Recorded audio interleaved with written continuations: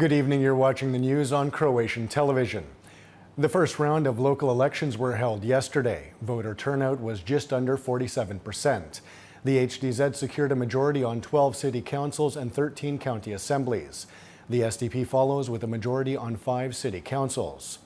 You have seen that the Croatian Democratic Union, with the exception of Zagreb, secured an excellent and expected result. I think it will look even better when the second round runoff vote is held. Then we'll have 13 of 20 county prefects, excellent results in cities. Yesterday I was talking about 37 cities, and today I hear that we have 44 or 45 cities already in the first round. In 44 we are going into the second round with excellent results at the municipal level. At these elections, Croatia showed that it is changing. Slavonia is changing. Dalmatia is changing. The results that once the HDZ achieved without any effort is today impossible. Croatia is undergoing irreversible changes, Croatia is moving forward, and Croatia must not stop. Among the smaller political parties, the HNS was traditionally strong in the northern part of the country, while most will battle former coalition partners, the HDZ, in a number of runoff votes in southern Dalmatia. If we set aside Zagreb, we have shown that we are the third strongest political party in the country when it comes to local government. Over the past 2 months, you have fought against an organization that has more than 200,000 members, and you beat them. And once again, they have fewer seats in the council than we do. Croatia's 4 largest cities are all going into a runoff second-round vote on June 4th. In Zagreb, the incumbent Milan Bandic took close to 31% of the vote, while Anka Mrak-Taritaš of the People's Party was second with close to 25%. I want to thank all those people who voted for Mayor Bandic, the former, current, and future mayor of Zagreb. We are the relative winners at all levels. Now we have to finish the second half of this match. The city of Zagreb can be won. Zagreb has a right to changes on its political scene and a right to a future. The second round will be a referendum with a very clear question. Do we, all of us, want change? Will we choose citizens and a new option, or will we choose him? In Split, former mayor and businessman Željko Kerum and the HDZ's Andro Krstulović Opera go into the second round with less than 5% between them. There are 15 days to campaign, and we will do a fine job of that with an affirmative campaign. I will say that I plan on doing and stand behind my promises. Our victory in the second round will be the crowning achievement of the HDZ's win in the Croatian south. In the port city of Rijeka, incumbent Mayor Vojko Obersnel and his SDP continue to dominate with almost 41% of the vote. Obersnel will face independent Hrvoje Burić, who was a distant second with close to 18% voter support. Of course, I'm pleased with this result. It is good. I would even say excellent. And I am confident I will win in the second round. We are playing a return leg. If we believe that Rijeka could win the football championships, which it did, and I congratulate them on, then we can also definitely believe that I will become mayor in the second round. In Osijek, the incumbent Ivan Vrkić received 37% of the vote. In the second round, he will face the HDZ's Ivana Šojat, who took 17%. This is a success.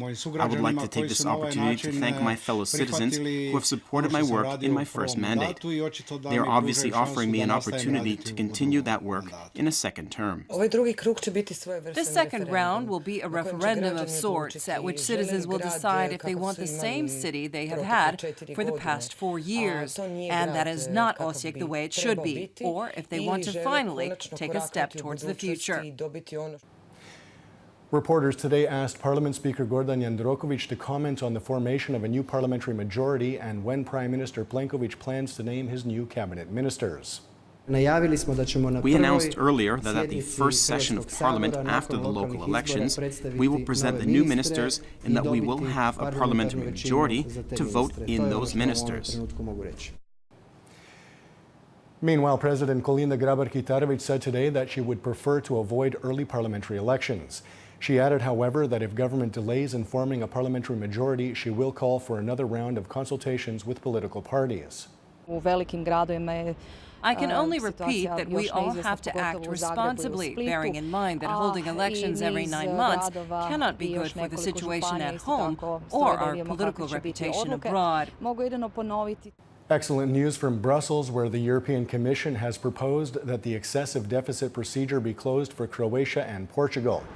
The procedure aims to ensure that member states do not have a budgetary deficit of more than 3% of GDP and maintain public debt at less than 60% of GDP. Croatia has brought its budget deficit down to 0.8%. Today we have positive news for Croatia and Portugal. We recommend the Council to abrogate the excessive deficit procedures for the two countries, as they have brought down their budget deficits below 3% of GDP and this whole forecast horizon. This is confirmation that government and its ministers, the economy and finance ministers, have done an excellent job, and additional proof that Croatia is on the right track. And I expect that the Council of Ministers, who make the final decision, to approve this proposal sometime in mid-June. The suppliers of the troubled Agrokor concern met today, voicing their displeasure with the way they have been treated since the implementation of the so-called Lex Agrokor law. They have presented government and financial institutions with 4 demands. In so much as all of the demands outlined in these 4 points are not met by May 29th, we will stop delivering goods on that day.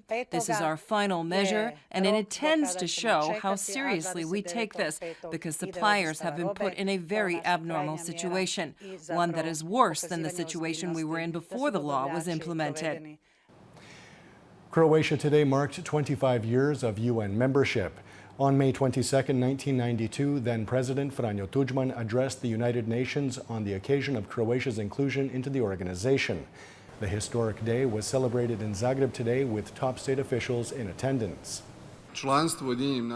Membership of the United Nations rounded out Croatia's international legitimacy. There's no doubt that Croatia's first 10 years of independence were marked, when speaking in terms of international institutions, by the full relevance of the United Nations.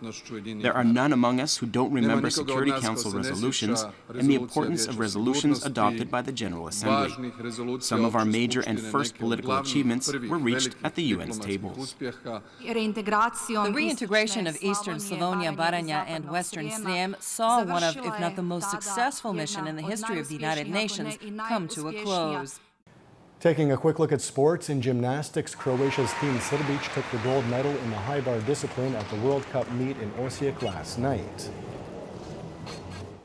And now the forecast for tomorrow. Partly sunny inland, predominantly sunny on the coast. Afternoon showers and thunderstorms are expected primarily in the interior.